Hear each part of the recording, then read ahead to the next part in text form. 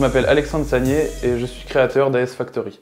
J'ai été dans la formation à l'IRFA APISUP en tant que Community Manager sur la session 2021-2022.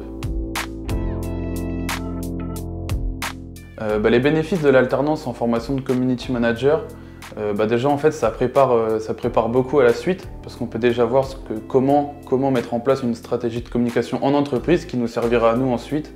Et c'est clair que c'est une très bonne passerelle pour ensuite se mettre sur le marché du travail ou créer son affaire comme j'ai pu le faire.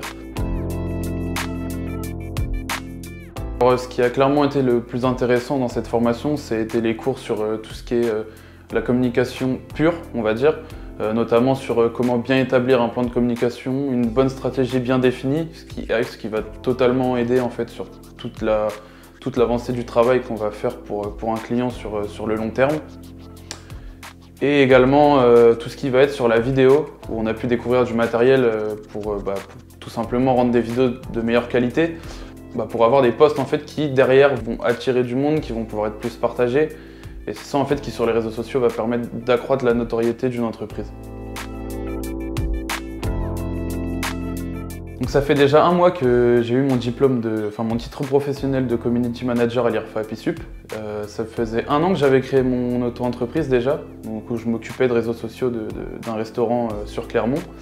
Et c'est clairement le diplôme m'a clairement poussé à continuer et à développer mon activité, qui est de gérer des réseaux sociaux pour des entreprises, de la création de sites web ou encore de la couverture digitale d'un événement. Alors pour ce qui va être une journée type, moi j'ai fait le choix de m'organiser d'une manière où le matin je vais plutôt m'attarder sur le relationnel, aller en rendez-vous chez les clients, être invité dans des réseaux de chefs d'entreprise tels que le BNI par exemple. Les visites de clients vont elles servir à pouvoir modifier les stratégies si on a besoin de les modifier ou alors continuer, proposer de nouvelles choses et surtout d'être à l'écoute des besoins des entreprises pour lesquelles je vais pouvoir travailler. Et ensuite l'après-midi, plutôt là ça va être vraiment de la création de contenu, trouver des idées, modifier, réaliser des vidéos, créer des posts, programmer aussi. C'est important de programmer pour créer des rendez-vous pour les communautés pour lesquelles on est en train d'agir et de poster des choses sur les réseaux sociaux. Alors pour tout ce qui va être au niveau du matériel, des investissements que j'ai pu avoir à faire, déjà tout bêtement des ordinateurs qui peuvent permettre de créer tout ce qui est vidéo, créer tout ce qui est contenu graphique, etc. Un smartphone de bonne qualité dans le sens où pour l'instant j'ai pas encore acheté de caméra, c'est ce que je souhaite faire dans quelques temps. Un stabilisateur aussi qui permet de pouvoir avoir des plans nets, des plans fixes avec un pied, etc.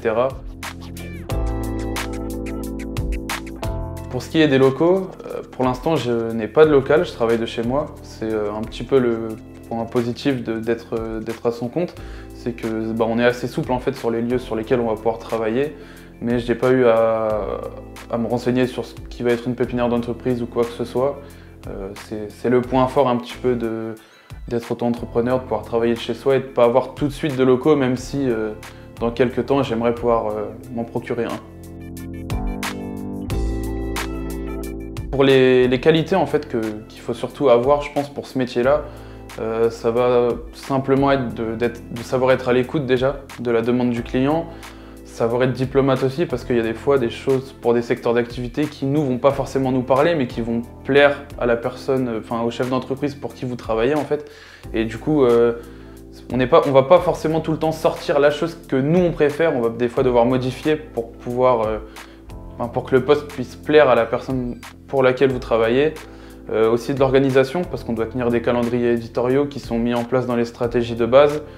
Et aussi la créativité, parce que c'est clair qu'on est dans un métier où il faut trouver des nouvelles idées et aussi être à la page, parce qu'on a tout le temps sur les réseaux sociaux des nouvelles choses qui apparaissent tous les jours. Et il faut savoir aussi s'en servir dans le bon sens. Il ne faut pas s'obliger à faire des choses qui ne sont pas cohérentes pour l'entreprise pour laquelle vous travaillez, c'est absolument pas bénéfique. Donc il faut savoir faire la part des choses entre la cohérence et la qualité. Pour mon projet, ça sera du moyen terme. Là pour le coup, ça serait de pouvoir agrandir AS Factory et d'en créer une agence de communication digitale avec plusieurs métiers à l'intérieur. avec un designer, un monteur vidéo et un ou deux community managers qui permettent en fait de proposer une offre plus globale et un plus grand savoir-faire dans tout ce qu'on va pouvoir proposer en fait pour des entreprises.